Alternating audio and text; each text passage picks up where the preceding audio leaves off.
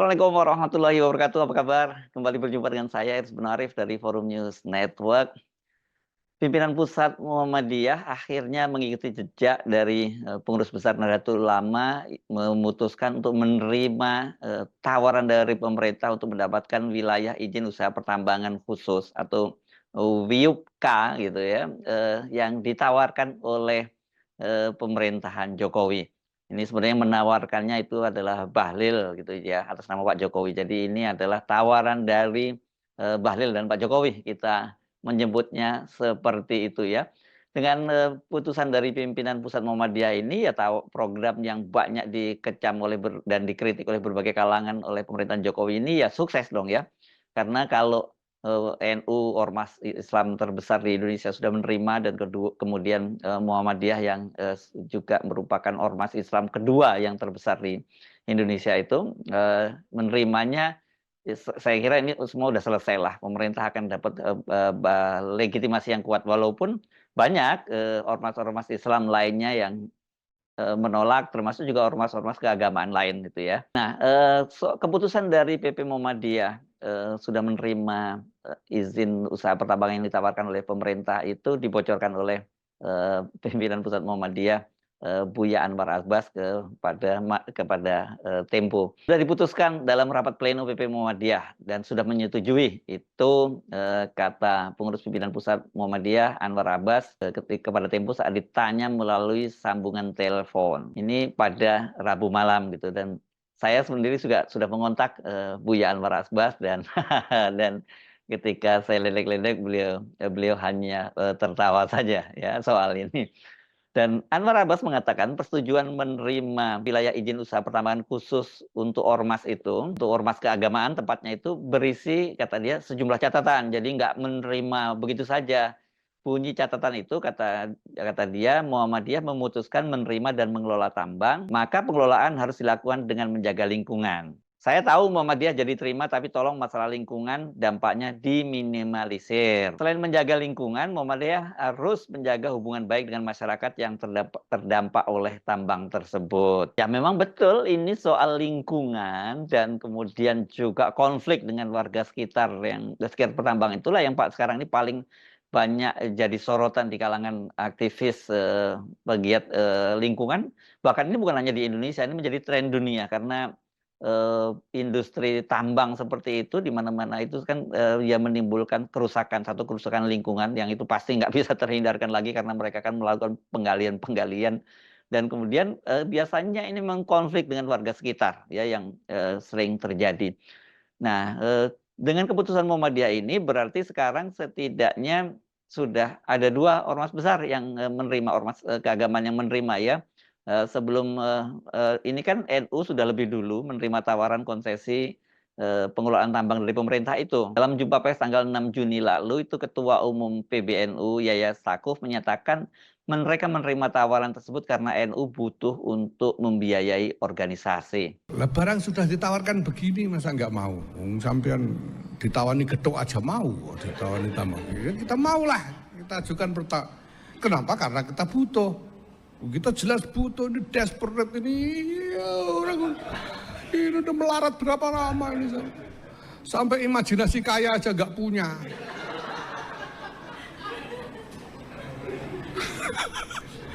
Masa imajinasi untuk mengembangkan sumber daya NU kok iuran warga, ini gara-gara kelamaan melarat nggak punya imajinasi. Nah kalau asal usulnya beres, berarti sudah selesai satu masalah toh. Berarti asal usulnya halal, nggak nyolong ini. Nah kemudian masalah berikutnya gimana cara mengelolanya supaya tidak haram, kan gitu. Ya kita atur nanti supaya kita kelola dengan cara yang tidak haram. Apakah kita punya kapasitas, punya kemampuan profesional untuk itu? Ini kalau ada yang ngomong begitu tuh saya sebetulnya, ya orang NU itu kalau melaratnya lama ya iya gitu ya. Tapi kalau pinternya kan ya pinter. Ini bukan orang goblok-goblok ini. Kita sudah punya kapasitas profesional untuk itu. Nggak percaya nanti lihat, masa kita belum jalankan udah dibilang nggak profesional gimana. Nah, lihat aja nanti. Keputusan PBNU menerima tambang itu mengundang berbagai kontroversi dan kecaman, bahkan termasuk dari kalangan internal NU sendiri. Puluhan warga Nahdien yang merupakan alumni UGM dan beberapa di antaranya itu merupakan ahli atau pakar di bidang pertambangan, bahkan sampai membuat pernyataan sikap secara terbuka, menyesalkan dan menyayangkan langkah yang diambil PBNU itu.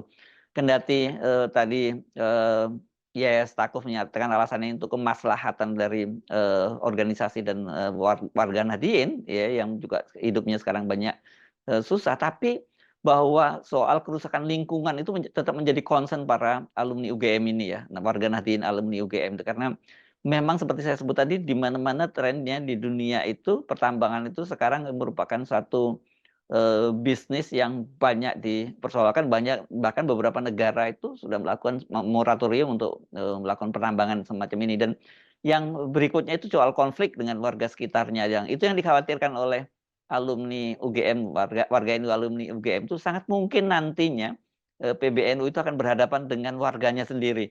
Ya, karena kan NU ini adalah ormas terbesar di Indonesia, dan mayoritas dari warga Indonesia, terutama umat Islamnya ini, kebanyakan kalau ditanyakan memang dia mengafiliasikan dirinya pada NU. Jadi sangat mungkin ketika NU itu kemudian mendapat pilihan pertambangan, mereka bisa bentrok dengan warganya sendiri kalau nanti terkait dengan pelaksanaan eksplorasi pertambangan ini ya. Namun tampaknya PBNU sudah bulat putusannya, bahkan sudah secara resmi mengajukan izin pertambangan. Dan seperti dikatakan oleh Menteri Investasi Bahlil Lahadalia, PBNU itu mendapat wilayah izin usaha pertambangan itu di lahan bekas konsesi dari Kaltim Primakol ini yang dimiliki oleh keluarga Bakri. Setahu saya ini wilayahnya di Kutai Timur ya, di Kalimantan Timur.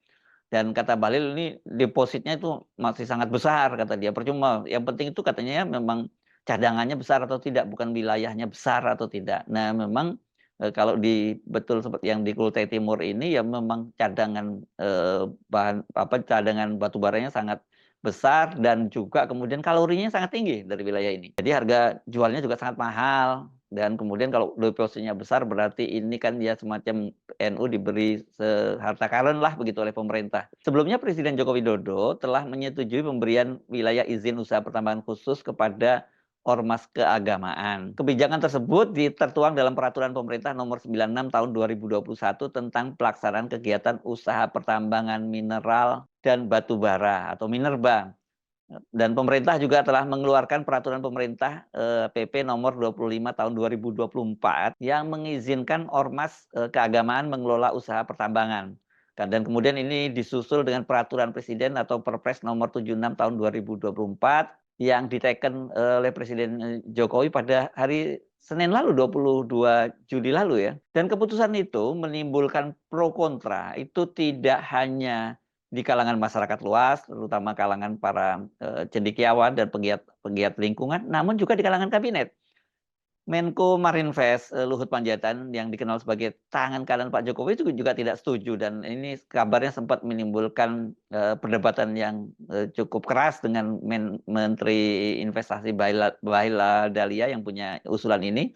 Tetapi kelihatannya Bahlil lebih berhasil meyakinkan Presiden Jokowi, karena banyak orang juga ini menilai atau mencurigai keputusan Jokowi memberikan konsesi kepada ormas keagamaan di akhir masa jabatannya itu dianggap sebagai upaya dari Jokowi untuk mencari perlindungan dari ormas keagamaan itu. Tapi tidak semua ormas keagamaan itu menyambut baik tawaran dari pemerintah itu.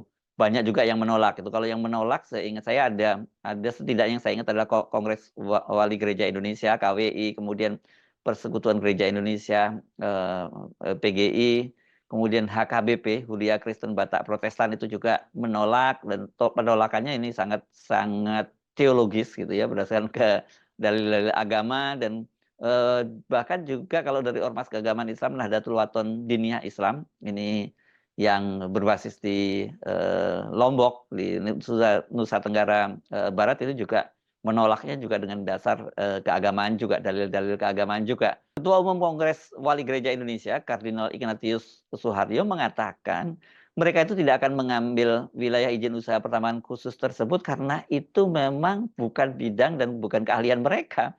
KWI itu kata dia akan fokus pada pelayanan jemaatnya dan tidak mau kemudian disibukkan dengan urusan bisnis pertambangan gitu. Ini jelas ini. Jadi mau fokus saja ya. Sementara Ketua Umum Persekutuan Gereja-Gereja di Indonesia, Pendeta Gumar Gultom, kendati dia menghargai tawaran tersebut, namun dia juga menyatakan tidak akan mengambilnya. Alasan Pendeta Gumar Gultom, mengelola tambang itu tidak mudah dan ormas keagamaan memiliki keterbatasan sedangkan dunia tambang sangat kompleks. Dia mewanti-wanti agar ormas keagamaan tidak mengesampingkan tugas utamanya dalam membina umat dan tidak terjebak dalam mekanisme pasar. Dan yang paling penting katanya ormas keagamaan tidak boleh tersandera oleh kepentingan yang dapat melemahkan daya kritis dan suara profetik mereka. Saya kira ini ada kaitannya dengan karena ini pemberian dari pemerintah, terutama Jokowi, nantinya kemudian ketika terjadi apa-apa pada Jokowi, ormas-ormas keagamaan ini nggak bisa bersikap kritis lagi karena mereka merasa tentu saja berhutang budi. Ini nggak kecil loh,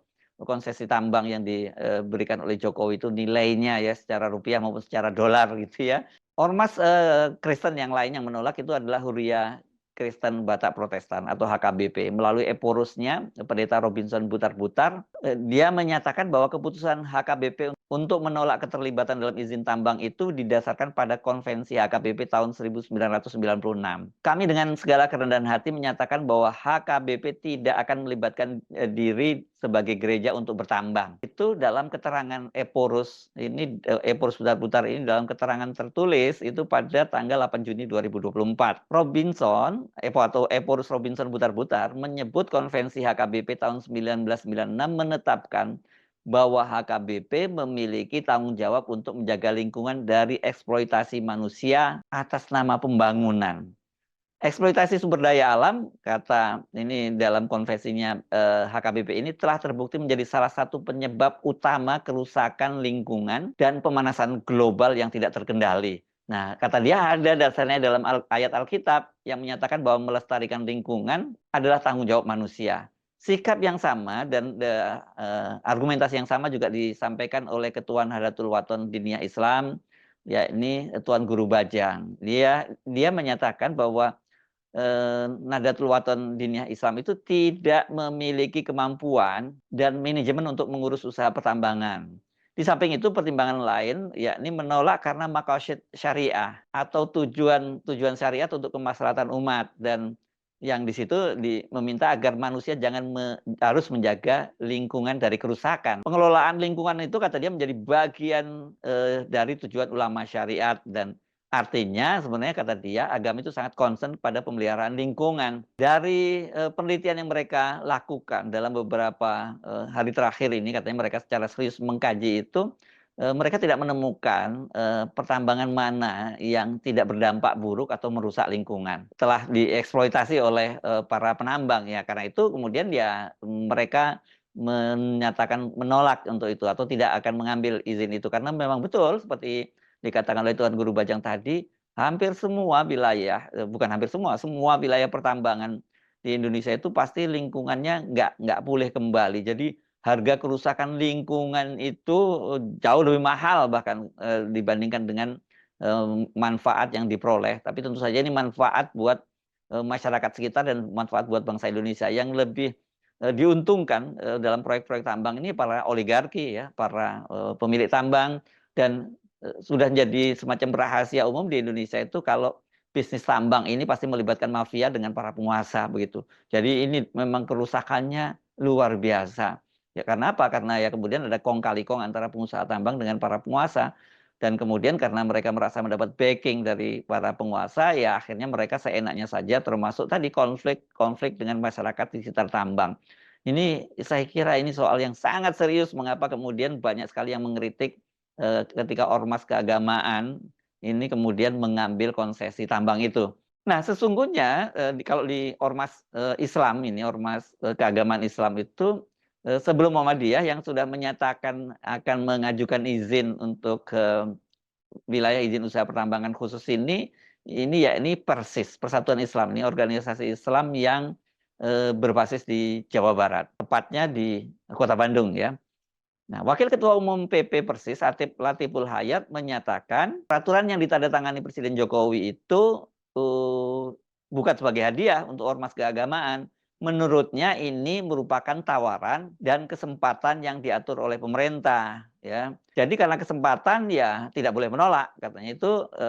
Jadi Persis ini akan juga segera mengajukan izin usaha pertambangan khusus tadi itu. Ya, nah ini bakal seru ini. Kita tunggu ya. Kalau kemarin dari NU itu yang mengajukan protes dan kritik itu bukan hanya dari kalangan aktivis lingkungan atau masyarakat atau para intelektual, tapi bahkan dari kalangan internal sendiri ya, dari kalangan kader-kader NU sendiri. Nah, apakah Muhammadiyah ini juga nanti akan muncul protes-protes serupa, karena sebenarnya kan Muhammadiyah ini organisasinya, struktur organisasinya ini lebih egaliter karena bersifat kolegial, dan kader-kader Muhammadiyah ini tentu saja agak berbeda dengan NU yang biasanya tradisinya NU itu kan memang ada konsep yang namanya ta'lim muta'alim gitu ya, tunduk dan patuh kepada para ulama-ulama dan pimpinannya. Kalau di Muhammadiyah ini kan seperti saya sebut tadi lebih egaliter, dan biasanya mereka bisa dengan lebih bebas untuk menyatakan kritik terbuka terhadap para pimpinannya.